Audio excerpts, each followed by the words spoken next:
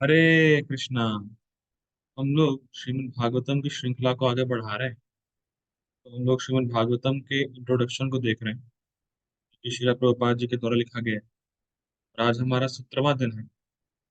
हम लोग महाप्रभु की जीवनी के बारे में चर्चा कर रहे हैं। मेरे ख्याल से 1 या 2 दिन में हमारा इंट्रोडक्शन पूरा हो जाएगा। फिर हम लोग श्लोकों में एंट्री करेंगे। तो हम लोग पढ़ते हैं जहाँ हम लोगों ने छोड़ा था पिछली क्लास में। महाप्रभु ने वृंदावन के जिन महत्वपूर्ण स्थलों का दर्शन किया, उनमें उनमें से कुछ थे काम्य वन, आदिश्वर, पावन सरोवर, खदीर वन, शेषशाही, खेल तीर्थ, आंडीर वन, भद्र वन, श्री वन, लोह वन, महावन, गोकुल, कलियाहृत, द्वादश आदित्य, केशी तीर्थ इत्यादि। तो महाप्रभु इन स्थलों में वृंदावन में गए। जब उन्होंने उस स्थान को देखा जहाँ रास नृत्य हुआ था, तो वे तुरंत समाधिस्थ हुए।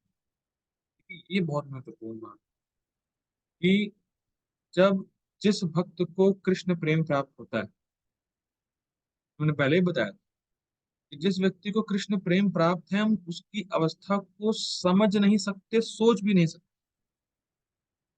कि वो कैसे इस जगत को देखता हो। जैसे हम सब भक्ति करने का प्रयास कर रहे हैं, हम सब थोड़ी बहुत फिलॉसफी जानते हैं। पूर्णतः तो नहीं जानते, थोड़ी बहुत जानते हैं। तो इतना पता है हमें कि ये जो वस्तुएं हम आसपास देख रहे हैं, ये मेरे भोग के लिए नहीं है। जो भी वस्तुएं मैं देख रहा हूँ, इसको मैं नहीं लेके आया, इसको मैंने नहीं बनाई, ये किसी और की है। और ये कृष्ण की है तो कृष्ण की सेवा के लिए है, मेरे भोग के लिए नहीं है। ठीक। तो एक भक्त की दृष्टि या एक भक्त का दर्शन सोसाइटी के लिए या देश के लिए, समाज के लिए, इस जगत के लिए ये रहता है कि वो मेरे भोग के लिए नहीं। लेकिन जो भोगी हैं, जो भक्ति नहीं करते, वो हर चीज को अपने भोग के लिए देखते हैं। और भोगी व्यक्ति ये समझ नहीं पाता कि भक्त कैसे देखता है। तो वैसे ही जो अभी भी भक्ति कर रहा है, उसको अंदाजा ही नहीं लग पाएगा कि जिस व्यक्ति को कृष्ण प्रेम प्राप्त हो गया है, वो इस जगत को कैसे देखता होगा। ठीक। तो जैसे ही महाप्रभु ने रास नृत्य वाली जगह को देखा, वो समाधिस्थ होगा। समाधिस्थ मतलब वो जिस तरीके से देख रहे थे उस स्थली को, नॉर्मल व्यक्ति उस स्थली को वैसे देख नहीं सकता। ये बात। जब तक वे वृंदावन में रहे, उन्होंने अक्रूर घाट को अपना निवास स्थान बनाए रखा। देखिए, अक्रूर घाट बहुत स्पेशल है। यहाँ तक कि जब मैं पहली बार कार्तिक वृंदावन गया था, तो प्रभु जी ने मुझसे ऐसे बोला, आप वृंदावन पहली बार आए हैं, क्या आपको कृष्ण से मिलना है? मैंने कहा, भाई कृष्ण से किसको नहीं मिलना है? कृष्ण की सेवा किसको नहीं करनी है? तो प्रभु जी ने बोला कि अगर आपको कृष्ण से वाकई मिलना है, अब उनका साक्षात्कार था इस प्रकार से, मुझे ऐसा फील हुआ। तो उन्होंने बोला कि अगर आपको कृष्ण से मिलना है तो आप अक्रूर घाट जाइए। कृष्ण अक्रूर घाट में। फिर अगले दिन मैं अक्रूर घाट गया भी। और वहाँ पे एक अलग ही दिव्यता है। कभी मौका मिले वृंदावन जाए तो अक्रूर घाट जरूर होके आइएगा। और महाप्रभु भी जब तक वृंदावन में थे तो अक्रूर घाट पे ही रहे। सोचिए कितना स्पेशल है अक्रूर घाट। क्या?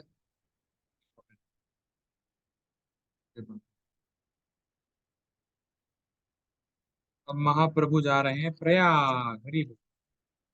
महाप्रभु के निजी सेवक कृष्णदास विप्र ने उन्हें वृंदावन से माघ मेला के अवसर पर स्नान करने के लिए प्रयाग जाने के लिए प्रेरित किया। मतलब महाप्रभु वृंदावन में थे। महाप्रभु के सेवक कृष्णदास विप्र ने कहा कि आप जो है मेघ माफ कीजिएगा, माघ मेला लगता है प्रयाग में, जो उसको हम लोग बोलते हैं मेला लगता है ना प्रयाग में, क्या बोलते हैं उसको?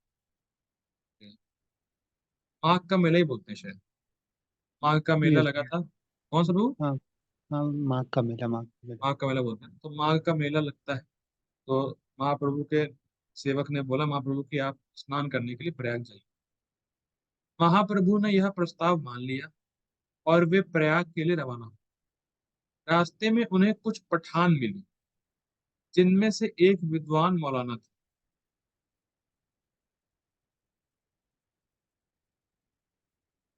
तो यहाँ पे एक क्या कथा आती है। जब महाप्रभु अपने सेवकों के साथ प्रयाग जा रहे थे, तो एकदम से महाप्रभु यमुना जी को देख के उनमें अष्टविकार आया, स्टैटिक मोड में चले गए महाप्रभु। और महाप्रभु के मुंह मुंह से, मतलब मुंह से झाग निकलने लगा। तो वहां पे कुछ पठान थे, तो उनको लगा कि महाप्रभु के सेवकों ने महाप्रभु को कुछ कर दिया है और उनके मुंह से झाग निकल। तो वहां के पठान जो थे, वो जो है महाप्रभु के सेवकों के पीछे पड़ गए कि आपने महाप्रभु को क्या कर दिया है, मतलब इस व्यक्ति को क्या कर दिया आपने, इसके मुंह से झाग निकल रहा है। तो महाप्रभु के सेवकों ने समझाया मौलाना को कि भैया हमने कुछ किया नहीं है, महाप्रभु एक्सटैटिक मोड में रहते तो ये होता है उनके साथ। तो कहा नहीं नहीं नहीं, आप लोगों ने कुछ करा है, महाप्रभु को या शक्तियों को आपने कुछ कर दिया है, आपको दंड मिलेगा, ऐसा वैसा। तो जो महाप्रभु के सेवक थे, उन्होंने महाप्रभु को होश में लाने के लिए हरे कृष्ण महामंत्र बोला, तो महाप्रभु होश में आए। तो जब महाप्रभु होश में आए, तो महाप्रभु ने मौलाना मौलाना लोगों से बात करी, पठानों से बात करी कि देखिए ऐसा है, मुझे स्टैटिक फील होता है। जो भी सिम्टम महाप्रभु को होते थे, महाप्रभु ने सब कुछ मौलाना को समझाया, उनको बताया। और बताने के बाद महाप्रभु ने उन सबको कृष्ण भक्ति में लिया। ये इंटरेस्टिंग, ये बात है। महाप्रभु की इस मौलाना मौलाना तथा उनके साथी से कुछ बातें हुई, तो उन्होंने मौलाना को विश्वास दिलाया कि कुरान में भी भागवत धर्म तथा कृष्ण का वर्णन है। देखिए, फिर पढ़ता हूं उस लाइन। महाप्रभु की इस मौलाना तथा उसके साथियों से कुछ बातें हुई, तो उन्होंने मौलाना को विश्वास दिलाया कि कुरान में भी भागवत धर्म तथा कृष्ण का वर्णन है। फलस्वरूप सारे पठानों ने उनके भक्ति संप्रदाय को स्वीकार। तो इसीलिए आप अगर प्रयाग जाते हैं, तो कुछ मुसलमान हैं, मतलब टेक्निकली मुसलमान है पर वो है वैष्णव। आज भी कुछ परंपरा चलती है प्रयाग में कि जहाँ टेक्निकली वो लोग सरनेम से वो मौलाना होंगे या मुसलमान होंगे, लेकिन वो लोग वैष्णव होते हैं, कि वो महाप्रभु के से ही वो परंपरा शुरू हुई। जब वे प्रयाग आए, तो शिला रूप गोस्वामी तथा उसके उनके छोटे छोटे भाई उससे बिंदु माधव मंदिर के निकट। तो हम लोग जानते हैं कि रूप गोस्वामी प्रयाग में थे, छोटे भाई का छोटे भाई का नाम था अनुपम। तो रूप गोस्वामी अपने छोटे भाई के साथ, अनुपम गोस्वामी के साथ प्रयाग में थे। जैसे ही महाप्रभु आते हैं, तो महाप्रभु रूप गोस्वामी से और रूप गोस्वामी के छोटे भाई से बिंदु माधव के मंदिर मिलते हैं। इस बार प्रयाग के निवासियों ने महाप्रभु का पहले से अधिक आदरपूर्ण स्वागत। तो महाप्रभु पहले प्रयाग गए थे, देखिए पहले महाप्रभु पुरी में थे, पुरी से साउथ इंडिया गए, साउथ इंडिया से फिर पुरी आए, पुरी से बनारस गए थे, बनारस से प्रयाग गए थे, प्रयाग से वृंदावन गए थे, वृंदावन से फिर प्रयाग। ये सिस्टम था। ठीक। अब देखिए क्या है, अधिक आदरपूर्ण स्वागत। क्यों अधिक आदरपूर्ण स्वागत किया? क्योंकि देखिए, महाप्रभु बनारस में थे, और महाप्रभु ने बनारस में प्रकाशानंद सरस्वती के डिसाइपल्स जो 80,000 थे, उन सब को कृष्ण भक्ति में लिए, और यहाँ तक कि प्रकाशानंद को भी भक्ति में लिए। तो ये बात पूरी जगह फैल चुकी थी भाई। बनारस में प्रकाशानंद की जो वो थी रेपुटेशन, कह सकते हैं, वो इतने बड़े संत माने जाते थे बनारस में, मायावादी सन्यासी। और उनको महाप्रभु ने कन्वर्ट तो किया ही, साथ उनके 80,000 शिष्यों को भी कन्वर्ट किया। कन्वर्ट मतलब, कहने का मतलब है सही ट्रैक पे लेके आए।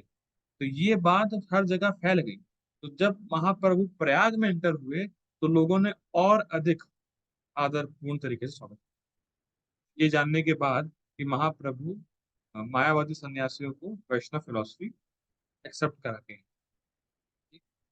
प्रयाग के उस पार स्थित आडेल गांव के निवासी वल्लभ भट्ट अपने गांव में उनका स्वागत करने वाले थे। लेकिन वहां जाते समय महाप्रभु यमुना नदी में कूद पड़े। बड़ी ही कठिनाई से उन्हें मूर्छित अवस्था में पकड़कर बचाया गया। अंत में वे वल्लभ भट्ट के स्थान पर गए।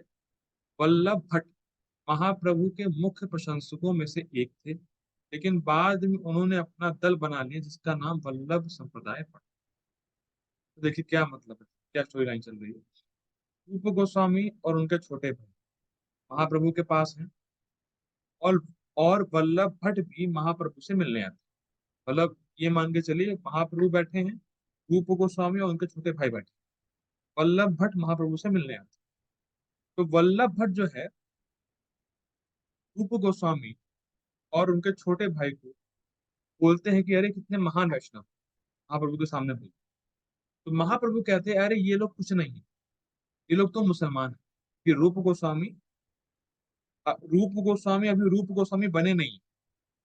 रूप गोस्वामी नाम तो जब महाप्रभु उनको इनिशिएशन देंगे तब पढ़े। लेकिन रूप गोस्वामी नवाब हुसैन के शासन में फाइनेंस मिनिस्टर थे, तो उनका नाम मुसलमान का था। तो महाप्रभु बोलते हैं वल्लभ भट्ट से कि अरे ये लोग तो मुसलमान है, ये लोग तो निम्न जाति के, ये लोग महान कहाँ है। तो वल्लभ भट्ट जो है महाप्रभु को एक श्लोक कोट करते हैं, जो कि बहुत फेमस श्लोक है, जो कि हम सब जानते हैं भागवतम का। अहो बत श्वपचतो गरियान यज्जिह्वा अग्रे वर्तते नाम तुभ्यं ते पुस्तपस्ते जुहुवु शश्नुरार्या ब्रह्मानुचुर्नाम गृणन्ति ते। वल्लभ भट्ट कहते हैं महाप्रभु से कि अरे महाप्रभु, ये लोग तो सर्वश्रेष्ठ हैं। महाप्रभु कहते हैं कैसे? तो वल्लभ भट्ट कहते हैं कि जिस व्यक्ति के जीभ पर आपका नाम है, चाहे वो कुत्ता खाने वाले के यहाँ भी पैदा क्यों ना हुआ, ब्राह्मण से श्रेष्ठ है। और रूप गोस्वामी और उनके छोटे भाई अनुपम गोस्वामी आपका निरंतर नाम लेते रहते, तो ये कैसे निम्न हो सकते हैं? ये तो टॉप मोस्ट है, ये लोग तो सबसे ज्यादा पवित्र हैं, आप ऐसा कैसे कह सकते हैं? तो महाप्रभु वल्लभ भट्ट की इस बात को सुन के बहुत खुश हो गए। हाँ, इसको भक्ति का तत्व मालूम है। बेसिकली महाप्रभु टेस्ट कर रहे थे कि वल्लभ भट्ट को भक्ति का तत्व मालूम है कि नहीं। महाप्रभु इस बात को सुन के या श्लोक को सुन के बहुत खुश होते हैं और वल्लभ भट्ट से कहते हैं कि तुम भक्ति के तत्व को समझते हो। आगे बढ़ते हैं। महाप्रभु द्वारा रूप गोस्वामी को उपदेश, ये बहुत अच्छी चीज है। यहाँ से अच्छी खासी फिलॉसफी शुरू हो रही है कि महाप्रभु ने रूप गोस्वामी को प्रयाग में क्या शिक्षाएं दी। ठीक, आगे बढ़ते हैं। प्रयाग में दशाश्वमेध घाट पर महाप्रभु ने रूप गोस्वामी को लगातार 10 दिनों तक भगवान की भक्ति का ज्ञान दिया। स्पष्ट। उन्होंने गोस्वामी को प्राणियों की 84 लाख योनियों के विभाग की शिक्षा दी। फर्स्ट पॉइंट ये महाप्रभु ने बताया। फिर उन्होंने मनुष्य योनि के विषय में शिक्षा दी। उन्होंने मनुष्यों में से वैदिक सिद्धांतों के अनुयायियों के विषय में, फिर इनमें से सकाम कर्मियों, फिर इनमें से भी ज्ञानियों तथा ज्ञानियों में से मुक्त आत्माओं के विषय में बात बताई। मतलब पहली बात तो 84 लाख योनि होती है, उसमें से मनुष्य जीवन बहुत दुर्लभ है। उस मनुष्य योनि में भी जो वेदों को पालन करते हो वो बहुत दुर्लभ है। और जो वेदों का पालन करते हो उसमें भी वो सकाम कर्मी हो या, वो बहुत दुर्लभ है। और सकाम कर्मी हो के भी फिर वो ज्ञानी हो, ये और दुर्लभ है। ज्ञानी होने के बाद वो मुक्त हो जाए, ये और दुर्लभ है। और जितने लोग मुक्त हैं उसमें से व्यक्ति कृष्ण भक्त हो, ये और दुर्लभ।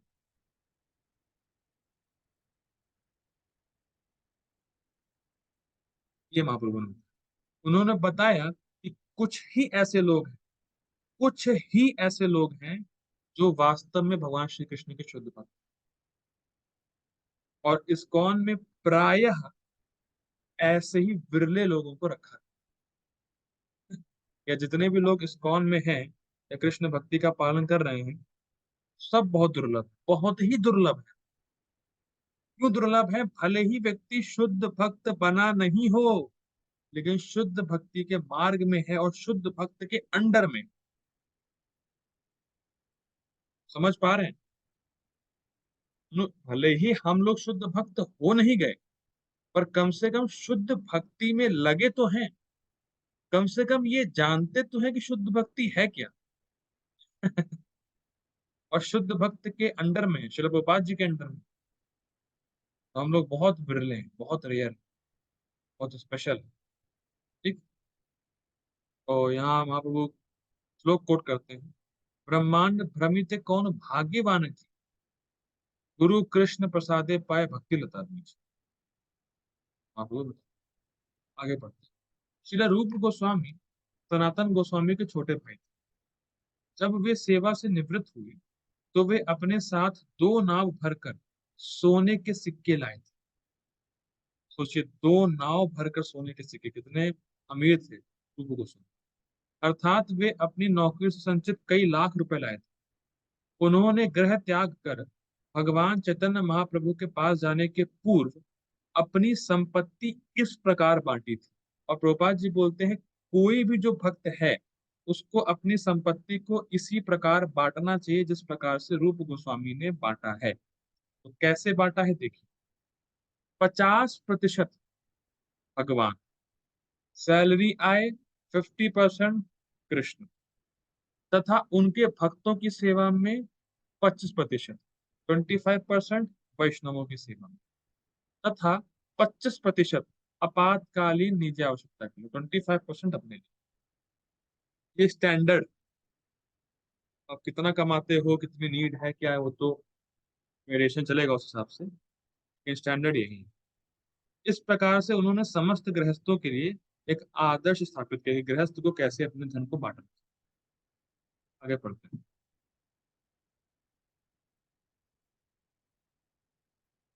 महाप्रभु ने गोस्वामी को भक्ति के विषय में शिक्षा देते समय भक्ति की तुलना एक लता से की। ये बहुत important। और उपदेश दिया कि इस भक्ति लता को शुद्ध भक्तों के प्रति किए गए अपराध रूपी मत हाथी से अत्यंत सावधानी से बचाना चाहिए। देखिए, जो लता होती है, लता लता शुरू कहाँ से होती है? लता शुरू होती है बीज से। तो बीज डालने से, बीज डालते हैं, फिर अंकुर फूटता है, फिर लता आती है। अब एक क्वेश्चन है, क्या केवल बीज डालने से अंकुर आ जाएगा?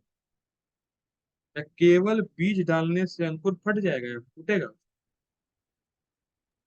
नहीं फूटेगा। हम्म, उसके लिए आपको जल डालना होगा और धूप लगेगी, तब अंकुर फूटेगा। केवल बीज डालने से अंकुर नहीं फूटता है, उसके लिए जल देना होता है, धूप देना होता है, वैसा एनवायरनमेंट होता है, तब होता है। और अब ध्यान दीजिए, मान लीजिए ऐसा हो कि अंकुर फूटे, लता बाहर आई और तुरंत उसको एक बकरी आके खा जाए, जिसमें कोमल कोमल पत्ते लगे लता में, और बकरी आके उसको नोच जाए, क्या हो? कुछ नहीं, खत्म सब। इसीलिए भक्ति पुरुषोत्तम महाराज बताते हैं बहुत सुंदर, कि जैसे ही आप भक्ति करना शुरू करते हैं, जैसे ही भक्ति करना शुरू करते हैं, तो स्टार्टिंग में जब आप भक्ति करते हैं तो आपका फेथ इतना स्ट्रांग होता नहीं कृष्ण। जितने भी आपके आसपास के घर वाले हैं, रिलेटिव्स हैं, दोस्त हैं, वो बकरी की तरह आते हैं और आपको एक कन्विंस कराते हैं कि आप ये भक्ति करके क्या टाइम वेस्ट कर, तो बकरी के समान, कि आपका फेथ इतना स्ट्रांग है नहीं। तो जो आपके घर वाले हैं, दोस्त हैं, रिलेटिव्स हैं, अरे क्या समय खराब कर रहे हो, ये उम्र भक्ति करने की है ही नहीं। असल में एक व्यक्ति हैं, उनके पिताजी बोले उस व्यक्ति से, अरे एक ही तो जीवन मिला है मनुष्य का, उसमें भी भक्ति कर रहे हो, भोग नहीं कर रहे हो? ये क्या मेंटेलिटी? जबकि जस्ट उल्टा है इसके। अरे इतने दिनों बाद या इतने सालों बाद, करोड़ों सालों बाद या मिलियन लाइफ टाइम के बाद आपको मनुष्य शरीर मिला है तो भक्ति करने के लिए मिला है। और उनका उल्टा ही है कि मनुष्य जीवन मिला है तो भोग करने के लिए। आदमी को बेसिक फंडा नहीं मालूम कि मनुष्य और जानवर में अंतर क्या है। मनुष्य और जानवर में यही अंतर है कि मनुष्य भक्ति कर सकता है। और वो उनके पिताजी, वो अपने बच्चे को सिखा रहे हैं कि भैया जानवर बनो। मनुष्य शरीर में होते हुए भी कैसे जानवर बनो, ये सिखा रहे हैं। ये ट्रेनिंग मिलती है आज। मनुष्य जीवन में रह के भी कैसे अच्छे से जानवर बन सकते हो, ये ट्रेनिंग माता पिता ही दे रहे हैं। आगे क्या ही बोला जाए। ये बहुत दुखदायक स्थिति है, बहुत ही अनफॉर्चुनेट सिचुएशन। ठीक है, तो इसीलिए नियमित रूप से हमें श्रवण करना चाहिए, क्योंकि हमेशा लता को सहारे की जरूरत होती है। इसीलिए उसको पेड़ नहीं बोल रहे हैं, भक्ति को लता बोलते हैं। और लता को हमेशा एक सपोर्ट की जरूरत होती है, और वो सपोर्ट है श्रवण कीर्तन। अगर आप श्रवण कीर्तन डेली करते रहेंगे तो वो लता आपकी चलती रहेगी, बढ़ती रहेगी, स्ट्रांग रहेगी। ठीक। और कृष्ण भक्ति का मूल है, कृष्ण भक्ति का जो मूल है या जो बीज है, वो है साधु संग। साधु संग नहीं होगा, डिवोटीज एसोसिएशन नहीं होगा, तो आपको बीज ही नहीं मिलेगा। और जब बीज ही नहीं मिलेगा, लता कैसे बढ़ेगी?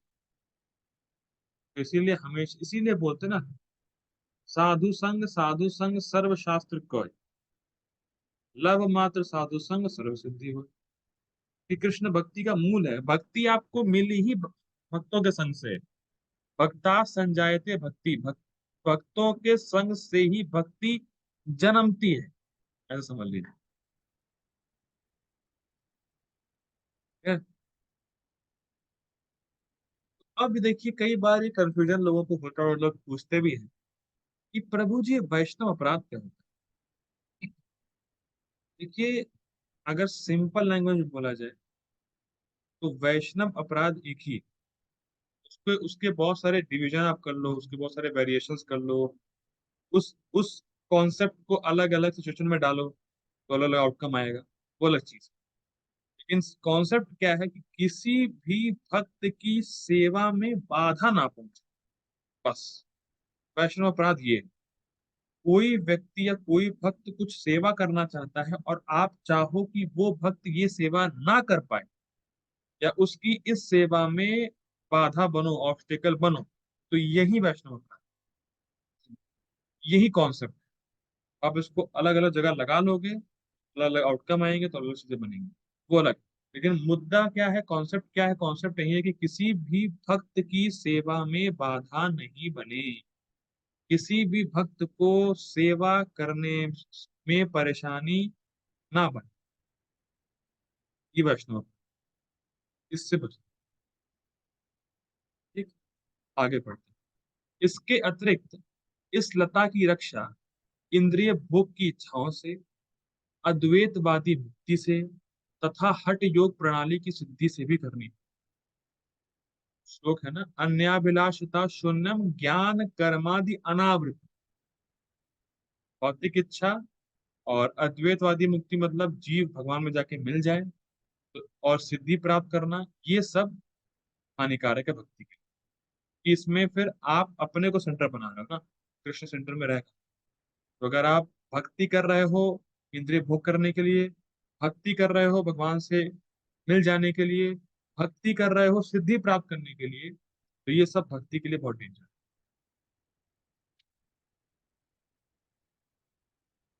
और एक और इंटरेस्टिंग बात, कि जो भी सिद्धि आप चाहते हैं वो भक्ति से अपने आप प्राप्त हो जाएगी। लेकिन भक्ति की सिद्धि कृष्ण प्रेम, मैं रिपीट कर रहा हूं, जितनी भी सिद्धि आप चाहते हो वो आपको भक्ति से मिल जाएगी।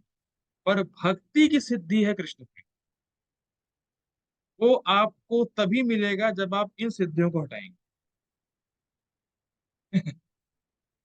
क्या फर्क? आगे पढ़ो।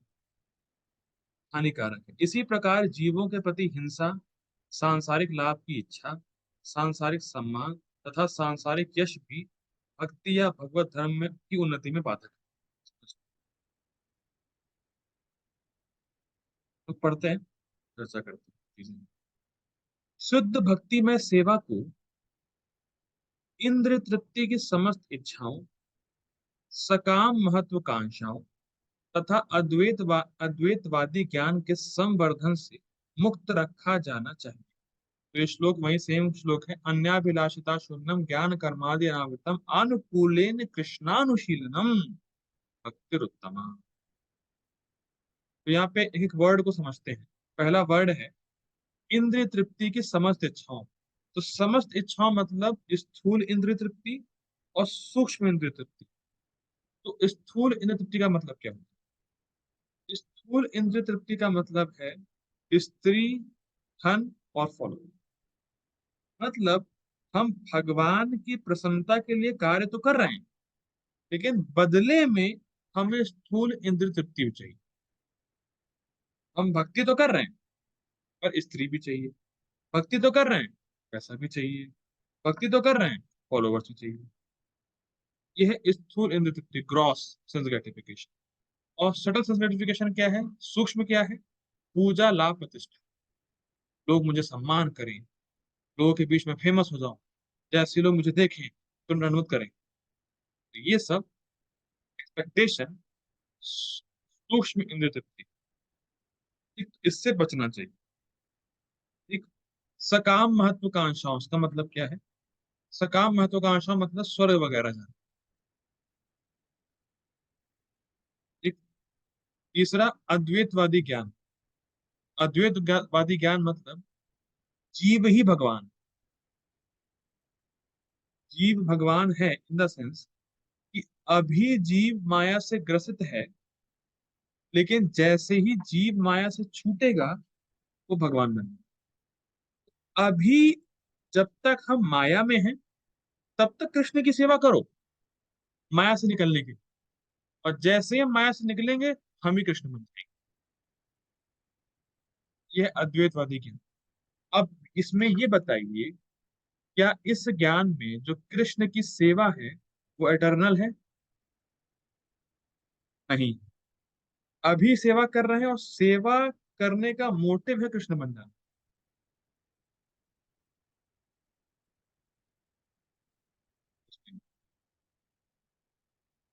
और पहली बात तो चलो आप मान भी रहे हो कि आप कृष्ण बन जाओगे, पर आपके मान लेने से थोड़ी ना बन जाओगे। तो मान लीजिए कोई ये मान ले कि वो गधा है, क्या मानने से कोई गधा हो जाता है क्या? नहीं होता। तो हम मान सकते हैं कि हाँ चलो हम कृष्ण की सेवा अभी कर रहे हैं, हम कृष्ण बन जाएंगे, पर हम कृष्ण कभी बन ही नहीं सकते। पॉसिबल ही नहीं। तो आप चाहे माने चाहे नहीं माने, in either case you cannot become Krishna. और एक बहुत गंभीर बात, अगर हम वाकई में शुद्ध भक्ति करते हैं, शुद्ध भक्ति मतलब अगर हम वाकई में केवल भगवान को प्रसन्न करने की इच्छा ही रख रहे हैं, इसके अलावा हमारी कोई इच्छा नहीं है, तो तब जब हम भगवान कृष्ण की सेवा करेंगे, तो जितना सुख हमें मिलेगा उतना सुख तो भगवान को भी नहीं मिलता। फिर रिपीट कर रहा हूं, अगर आप भक्ति केवल इसलिए कर रहे हैं कि भगवान कृष्ण प्रसन्न हो और बदले में कुछ नहीं चाहते, केवल एक ही इच्छा है भगवान हमसे संतुष्ट हो, और इस भावना से अगर आप सेवा कर रहे हैं, तो जितना सुख आपको मिलेगा उतना सुख तो भगवान को भी नहीं मिलता। देखिए भगवान सुखमय है, स्पष्ट है, पर भगवान का सुख अधिक भक्त लोग अनुभव करते हैं। भगवान का सुख का आस्वादन भगवान से अधिक भक्त करते हैं। ध्यान रखिए। और इसीलिए भगवान श्री कृष्ण चैतन्य महाप्रभु के रूप में आए, कि शुद्ध भक्तिमय सेवा का सुख तो भगवान भी अनुभव करना चाहते हैं। भगवान की शुद्ध भक्ति का सुख भगवान भी चाहते हैं, इसीलिए कृष्ण चैतन्य महाप्रभु के रूप में। सोचिए भक्त बनने में कितना फायदा है। क्या? अब मैं ऐसा कर रहा हूँ, मीटिंग एंड कर रहा हूँ, प्लीज ज्वाइन अगेन। हरे कृष्ण। फिर जाना है। हरे कृष्ण। पढ़ते हैं आगे। मनुष्य को सारी उपाधियों से मुक्त होना चाहिए, और जब वह दिव्य शुद्धता को प्राप्त कर लेता है, तब वह शुद्ध इंद्रियों के द्वारा भगवान की सेवा कर सकता है। तो देखिए समझिए पॉइंट क्या है, उपाधि का अर्थ क्या है? उपाधि का अर्थ क्या होता है? उपाधि का अर्थ, इसकी डेफिनेशन क्या है? जो किसी वस्तु के स्वरूप जो किसी वस्तु के स्वरूप को ढक देती है उसको उपाधि बोलते हैं। रिपीट कर रहा हूँ, जो किसी वस्तु के स्वरूप को ढक रही हो उसको उपाधि बोलते हैं। जैसे अगर मैं ये सोचूं कि मैं ये शरीर हूं, तो ये स्थूल उपाधि है। अगर मैं ये सोचूं कि मैं मन हूं, तो ये सूक्ष्म उपाधि है। अगर मैं ये सोचूं कि मैं इस कंपनी का एम्प्लॉय हूं, तो ये उपाधि है। अगर मैं ये सोचूं कि मैं पुरुष हूं, तो ये एक उपाधि है। अगर कोई ये सोचे कि वो स्त्री है, तो वो एक उपाधि है। तो ऐसे कर, और कोई ये सोचे कि मैं इसका पिता हूं, तो भी वो उपाधि। उपाधि मतलब डेजिग्नेशन, कवरिंग।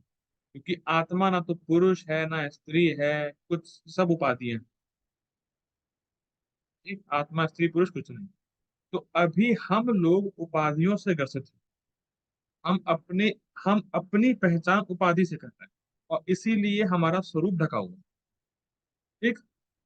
तो उपाधियों से हमें मुक्त होना होगा, फर्स्ट पॉइंट। अब कैसे मुक्त होंगे, सुनिए ध्यान से। जब हम भगवान की सेवा अपनी इंद्रियों से करते हैं, तो उस सेवा का प्रभाव ये होता है कि उपाधियां धीरे धीरे डिसॉल्व होने लगती हैं।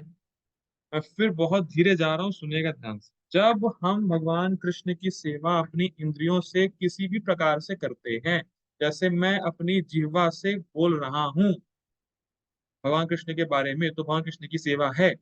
तो कुछ भी हाथों से सेवा, इंद्र, कोई भी इंद्रियों से भगवान श्री कृष्ण की कोई भी सेवा करते हैं, तो उस सेवा का प्रभाव ये होता है, हमारी उपाधियां डिसॉल्व होने लगती हैं। First point. अब सेकंड पॉइंट क्या है कि जब भी हम श्री कृष्ण की सेवा करें, भगवान की सेवा करें, तो हमें सबसे पहले अंदर यही आना चाहिए कि हम कृष्ण के दास हैं। जैसे जब आप मंदिर में एंट्री करते हो, तो जूते और चप्पल बाहर निकाल के आते हो, भले ही कितने महंगे जूते चप्पल हो, ठीक, भले ही कितने महंगे जूते चप्पल आपने खरीद रखे हो, लेकिन मंदिर में एंट्री करके उसको बाहर निकाल के आते हो। तो वैसे ही जब आप भगवान श्री कृष्ण की सेवा में लगे हो, तो भले ही आपकी उपाधि कितनी बड़ी हो, डॉक्टर हो आप, इंजीनियर हो, आईएएस हो, ये हो फलाना ढमाका कुछ भी हो, सब बाहर। अभी आप केवल कृष्ण के दास हैं। और कृष्ण के दास में ये भी उपाधि ना हो कि मैं एडवांस्ड दास हूं और सामने वाला नियोफाइट दास है। तो फिर आप भक्ति के अंदर भी उपाधि को ले आए। देखिए बहुत सूक्ष्म बातें हैं, लेकिन ये बहुत इंपॉर्टेंट है। अरे मैं 10 साल से कृष्ण का दास हूँ, अरे तो 2 साल से कृष्ण का दास हूँ, तो मैं एडवांस दास हूँ। ये कहाँ से, ये कलमश कहाँ से आ गई। और कभी कभी तो और गंभीर बात है, कभी कभी हमारी उपाधियां ही हमें कृष्ण की सेवा करने से रोकती। अरे मैं इतने साल से भक्ति कर रहा हूँ, मैं 10 साल से भक्ति में हूँ, और मैं बाथरूम साफ करूंगा, टॉयलेट साफ करूंगा, ये दिन देखने पड़ रहे हैं, ये दिन आ गए। उपाधि, उपाधि से अटैच है, भक्ति की उपाधि से अटैच है, मतलब सोच रहे हैं कितना अमेजिंग है। भक्ति का मतलब है सारी उपाधियों से मुक्त होना, उस भक्ति में भी उपाधि को ले। कि मैं इतना एडवांस डिवोटी हूँ, मैं इतने साल से भक्ति में हूँ। ये बहुत गंभीर है, और ये मत सोचिएगा कि ऐसा नहीं होता है, ऐसा बहुत होता है। और सोचिए अगर अटैच बाथरूम है, तो कौन साफ करेगा, आप ही तो करेंगे ना। तो खुद साफ करेगा, और अन्यों का टॉयलेट साफ नहीं करेगा, वैष्णवों की सेवा नहीं करेगा। यहाँ तक कि आयेंद्र प्रभु,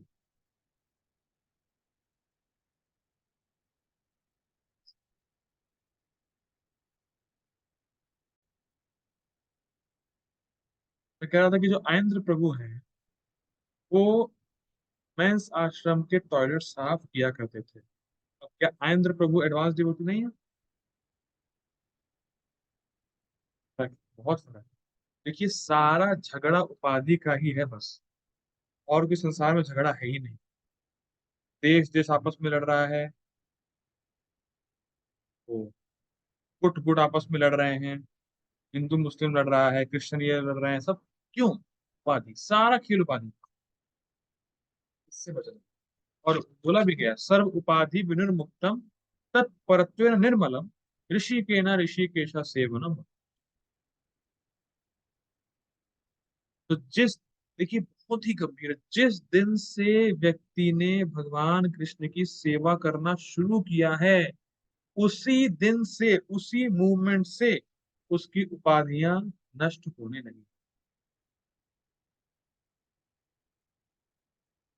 बस हमें एक ही चीज हमेशा याद रखनी है, कृष्ण मेरे हैं, मैं कृष्ण का हूं, और मुझे उनकी सेवा करनी है।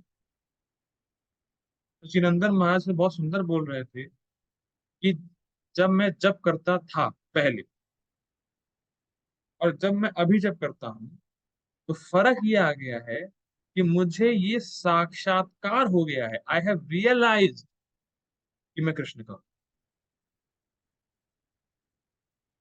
हम तो बोलते हैं मैं कृष्ण का हूं, और बाहर जाके भोग करते हैं।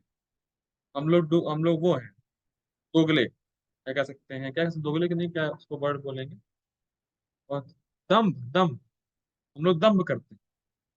हम लोग बोल रहे हैं मैं कृष्ण का हूं, और बाहर जाके भोग करते हैं।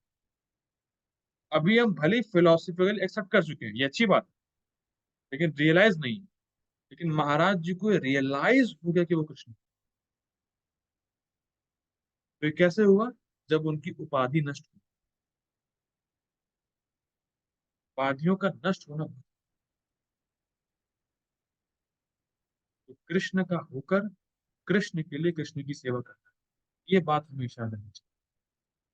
और उपाधि की वजह से ही व्यक्ति मेहनत कर रहा है। अगर मैं मानता हूं कि मैं इस परिवार का हूं, तभी तो परिवार के लिए मेहनत करूंगा ना।